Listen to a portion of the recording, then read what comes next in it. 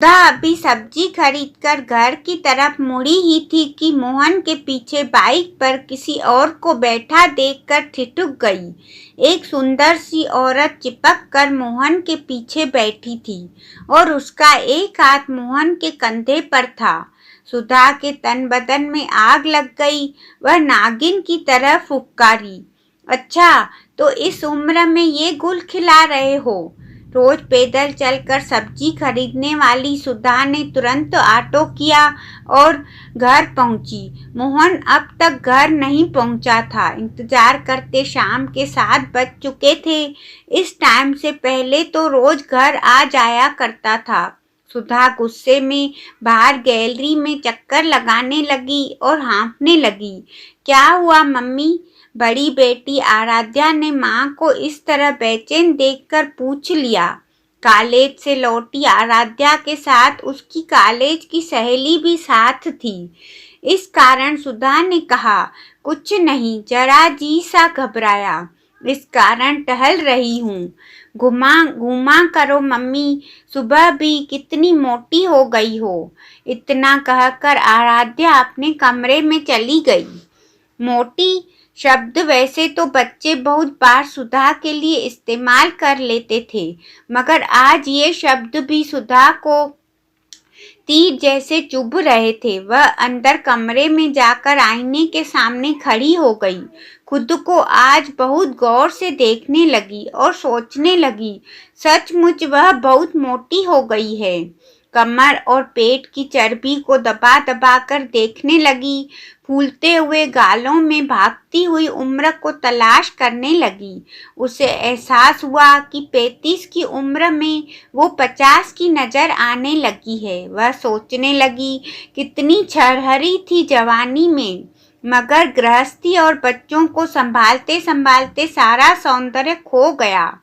ओहो, तो इसलिए मोहन का मन भर गया, तभी तो वो कलमुही चिपक कर बैठी थी। मोहन तो आज भी 40 की उम्र में हैंडसम है।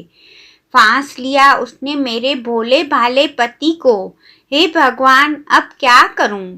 होती घबराहट में बीपी बढ़ने लगा तो जल्दी सी टेबलेट ली और अचानक ही कुछ कठोर निर्णय ले लिया सुधा ने, और फिर उसके चेहरे पर संतुष्टि के भाव आ गए। मोहन 8 बजे तक घर पहुंचा। सुधा ने उसे आभास भी नहीं होने दिया कि वह गुस्से में है। अगले दिन से तो घर के सभी मेंबर आश्चर्य में पागल ही हो गए। सुधा ने एक्सरसाइज शुरू कर दी थी। 7 बजे उठने वाली सुबह 4 बजे उठकर कपालभाति, प्राणायाम और भी ये सभी योगासन और एक्सरसाइज जो रात भर नेट पर खोज की, सभी को बारी बारी से कर रही थी। घंटे भर की हाड़ तोड़ मेहनत के बाद वह पलंग पर आकर पसर गई। हाथ पैर सहित पूरा शरीर दुखने लगा था। कुछ देर में बुखार ने ऐसा जोर पकड़ा कि शरीर भी सूजने लगा।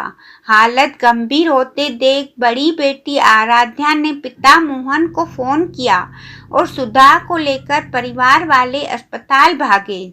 हालत खराब देखकर डॉक्टरों ने तुरंत सुधा को एडमिट कर दिया। घर के बड़े बच्चे सभी सुधा को डांट रहे थे कि आखिर अचानक उसे इतनी एक्सरसाइज क्यों करनी थी। अब भीगी आंखें लिए सुधा कहे भी तो क्या किसी से? उसका मोटापा, उसका वर्षों का प्यार, उसकी खुशियां, उसका पति मोहन उससे छीन रहा था। सभी घर वाले सुधा को डांट रहे थे कि क्या जरूरत थी एक साथ इतना सब करने की। बेचारी सुधा अब कहे भी तो क्या कहे, कैसे कहे कि मोहन बदल गया, उसका प्यार, उसकी खुशी, उसका संसार, उसका पति अब किसी जवान स्लिम सी लड़की के साथ अफेयर। कैसे बताए कि उस घर में उसकी सौतन आने वाली है। उसी से इस घर को बचाने के लिए वो खुद को स्लिम कर रही थी ताकि उसका पति परमेश्वर मोहन उस चुड़ैल तो क्या किसी और की तरफ ना ताके। इधर मोहन भी ऑफिस से छुट्टी लेकर अस्पताल आ गया था, लेकिन उसने सुधा को जरा भी नहीं डांटा।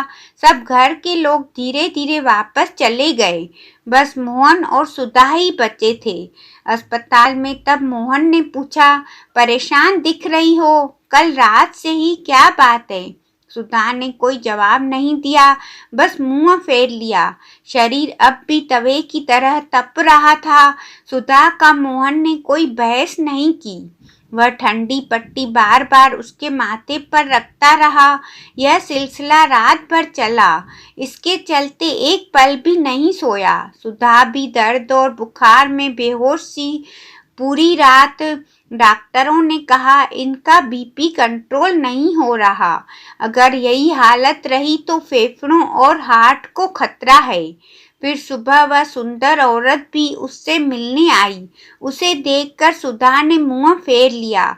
तब मोहन ने परिचय कराया। अरे सुधा, इधर देखो, ये सोनिया दीदी हैं। इनका कई बार तुम्हारे सामने जिक्र भी कर चुका हूँ। 2 दिन पहले ही इनका ट्रांसफर मेरे ऑफिस में हुआ है। कल दीदी ने ज्वाइन किया। कल ही सामान भी शिफ्ट किया हमारे पास वाली कॉलोनी में। शाम को चाय पर बुलाया था दीदी ने हमें परिवार सहित। मगर तुम्हारी तबीयत सुधा तो यह सुनकर शर्म के मारे जैसे धरती में समा गई। उफ, कितनी पागल और मूर्ख हूँ मैं। अपने देवता जैसे पति पर शक किया। उससे नजर झुकाए हुए ही सोनिया दीदी से नमस्कार किया। फिर चमत्कार हुआ, अगले 10 मिनट में उसका बीपी नॉर्मल हो गया। बुखार उतर गया। दवाई जो मिल गई थी, बस दर्द बचा था जो धीरे धीरे ठीक होने वाला था। शाम तक सुधा को छुट्टी मिल गई। वह घर आकर बार बार तुलसी के पौधे और देवी देवताओं से माफी मांगती रही। पगली कहीं की।